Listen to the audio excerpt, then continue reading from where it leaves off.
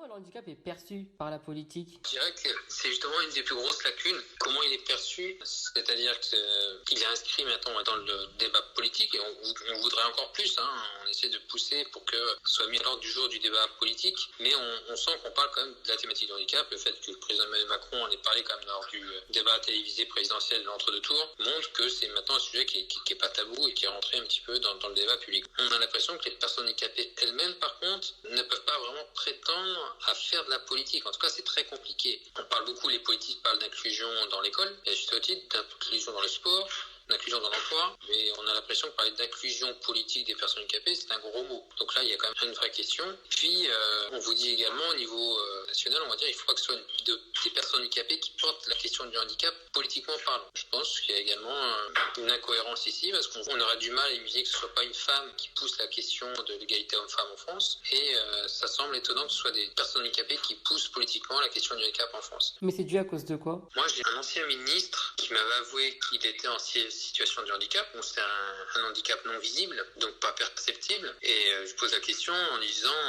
pourquoi ne pas le dire, de manière à faire bouger les lignes, montrer quelque part que le handicap, ça touche pas uniquement une partie de la population et en fait, ça peut toucher tout le monde. Et il m'a dit non, impossible, parce qu'en politique, il faut être fort, être une femme forte ou un homme fort. Mais pour eux, fort, c'est-à-dire sans maladie, sans handicap, sans vulnérabilité. Et donc, du coup, avoir un handicap en politique, quoi qu'ils en disent au micro, ça reste avoir un talon d'Achille. Donc, c'est-à-dire une personne handicapée ne pourra pas briguer à d'autres responsabilités politiques parce que la politique, c'est dur. C'est quelque chose de costaud. Alors, du coup, c'est ces mêmes personnes qui vont vous vanter la résilience des personnes handicapées. Et visiblement, cette résilience des personnes handicapées n'est pas suffisante pour briguer des responsabilités politiques. Donc, il y a quand même quelque chose à casser dans la société française. On voit bien que le fait que Wolfgang Schäuble en Allemagne ait des responsabilités comme ministre des Finances ou président de la Bundestag, ça ne les choque pas. Que Franklin Roosevelt en son temps ait été président de la première puissance mondiale, ça ne choque pas. Que David Blanquette ait été ministre aveugle en Grande-Bretagne, ça ne choque pas. Chez nous, certainement, au début, ça choquerait, mais je pense qu'il faut arriver à ce choc.